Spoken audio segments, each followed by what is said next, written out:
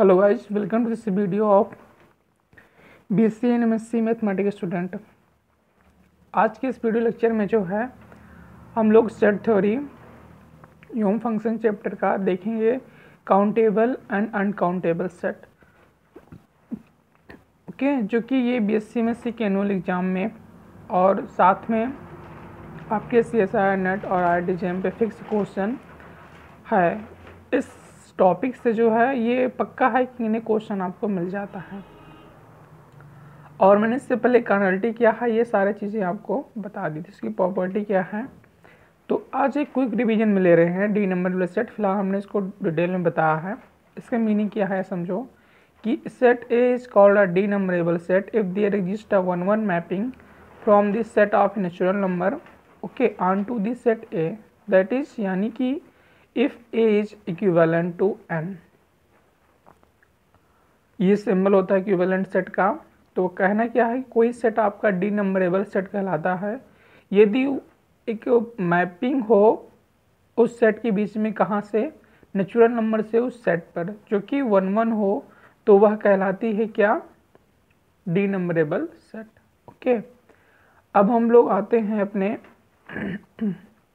Main point पर, जो कि हमें सीखना है कि काउंटेबल एंड अनकाउंटेबल सेट क्या है। तो इस पर गौर करना, हम इस पर एग्जाम्पल इसके साथ में और इसकी प्रॉपर्टी को डिस्कस करेंगे इस वीडियो में। तो a set A, capital A, is said to be a countable if either A is denumerable. Denumerable क्या होता है मैंने बताया, और ए इज अ फाइनाइट। मतलब क्या निकला मीनिंग कि कोई सेट ए है, ठीक है, कैपिटल ए है, वह सेट कहलाता है क्या, काउंटेबल सेट, यदि आइदर सेट ए हो डी नंबरेबल या फिर सेट ए हो फाइनाइट। और कोई सेट डी नंबरेबल होने का मतलब क्या है कि नेचुरल नंबर से उस सेट पर 1-1 मैपिंग स्थापित है, जो कि उसको सेटिस्फाई करता है, तभी ए डी नंबरेबल होगा। और ए फाइनाइट है तो उसका मतलब आप जान ही रहिए, फाइनाइट एलिमेंट हैं उसके सेट में। तो कोई सेट काउंटेबल होता है यदि वह डी नंबरेबल सेट हो या फिर फाइनाइट सेट हो। यानी कि डी नंबरेबल कोई सेट है तो वह इक्विवेलेंट होगा टू नेचुरल नंबर के, or A is a finite. If this set A is not countable then it is said to be a uncountable, that is यानी कि A set is called uncountable set if either A is a infinite और A is not cardinally equivalent to natural number। Meaning कि कोई set uncountable कब कहलाता है यदि वह इनफाइनाइट सेट हो या तो वह नॉट कार्डिनली इक्विवेलेंट या फिर वह नॉट इक्विवेलेंट हो टू अ नेचुरल नंबर के। Okay, an uncountable set are also called non countable, non denumerable या नॉन ई नंबरेबल। इसको याद करने लायक टॉपिक बहुत इंपॉर्टेंट है। तो मैंने क्या क्या इसे समझा कि काउंटेबल सेट क्या होता है, कोई सेट काउंटेबल कहलाता है यदि वो फाइनाइट हो या फिर डी नंबरेबल हो टू नेचुरल नंबर के, मतलब डी नंबरेबल हो सेट हुआ। तो डी नंबरेबल होने का मीनिंग ए इक्विवेलेंट होगा नेचुरल नंबर के। फिर दूसरी बात आती है कि क्या होता है अनकाउंटेबल सेट। तो कोई सेट अनकाउंटेबल कहलाता है यदि वह इनफाइनाइट हो या फिर नॉन डी नंबरेबल हो, मीनिंग कि नॉट इक्विवेलेंट हो टू नेचुरल नंबर के। और not equivalent to natural number होने का मतलब क्या है कि यहाँ जो मैपिंग होगी वह 1-1 ना होके ऑन टू हो जाए, ये ठीक है। तब भी आप जानते हैं कि सिर्फ डी नंबरेबल के लिए 1-1 चाहिए, अगर ऑन टू हो गया 1-1 नहीं है तो फिर वो क्या है, डी नंबरेबल होगा ही नहीं, सॉरी मतलब इक्विवेलेंट नहीं होगा। क्लियर बात।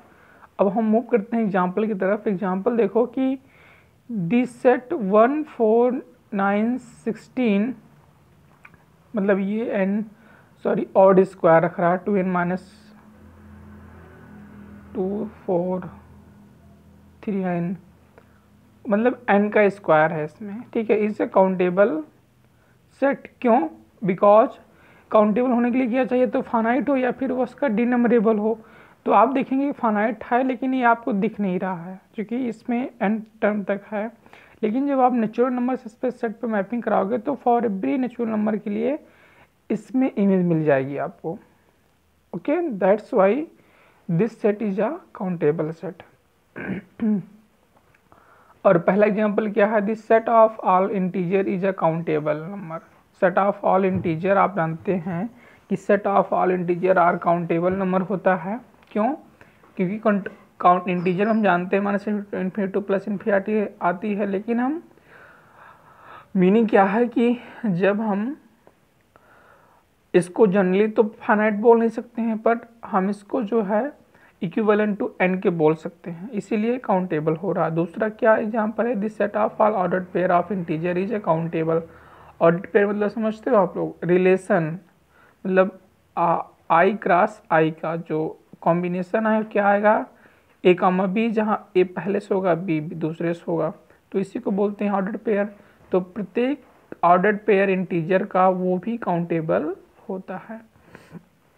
तीसरा क्या है, this set of all real number is uncountable. जो सेट ऑफ रियल नंबर होता है, रियल नंबर किसे कहते हैं? मैंने बहुत बार बताया आप लोग को कि collection of rational and irrational number are called a real number. यह कैसे सेट होता है? यह एक अनकाउंटेबल सेट है। चौथा क्या है, suppose A be a set of all sequence whose element are the digits 0 and 1, then this set is countable. मतलब कि आपके पास कोई सीक्वेंस है जो कि केवल 0 और 1 से बन रही है, तो वह सीक्वेंस कैसी होगी? काउंटेबल होगी, चाहे जो भी सीक्वेंस हो। अब अगर मैं आपको बताऊं तो 0 1 होने का क्या मतलब है? सीक्वेंस कौन सी ले लें हम? 1 plus minus 1 plus in the bracket minus 1 की पावर n, ये सीक्वेंस आप देखेंगे तो 0 और लेकिन 2 की बन जाएगी है। 0 प्लस माइनस, अगर हम ले लें 0 प्लस सॉरी माइनस 1 की पावर n को 0, आप इसी तरह समझिए कोई सीक्वेंस हो सकती है जिसमें 0 1 ही टर्म हो, तो वह सीक्वेंस काउंटेबल के तहत आएगी। पांचवा क्या है, this set of all polynomial function with integer coefficient is countable. मतलब यानी कि आपके पास कोई पॉलिनोमियल किसी भी ऑर्डर की दी गई हो, लेकिन जो उसका कोएफिशिएंट है वो इंटीजर है, तो वह पॉलिनोमियल क्या होगी? काउंटेबल होगी। इसका मीनिंग तो यही निकल रहा है। क्यों? कि this set of all polynomial function with integer coefficient is countable.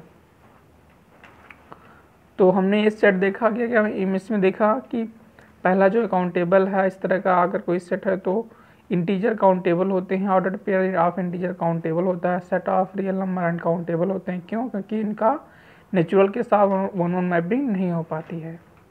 और 0 1 से बनी सीक्वेंस जो भी काउंटेबल होती है। सेट ऑफ पॉलिनोमियल, कोई पॉलिनोमियल है, अगर उसका कोएफिशिएंट इंटीजर है तो वो भी काउंटेबल होगा। Important theorem on countable and countable set, इसको देखना, ये IIT JEM से साइंस बहुत ज़्यादा इसी का पार्ट है फिलहाल, लेकिन इसको नेक्स्ट वीडियो में डिस्कस करेंगे हम। और इसके साथ में क्या देखा, काउंटेबल सेट क्या है कि वह सेट जो डिनमरेबल हो या फिर फाइनाइट हो, काउंटेबल कहलाते हैं।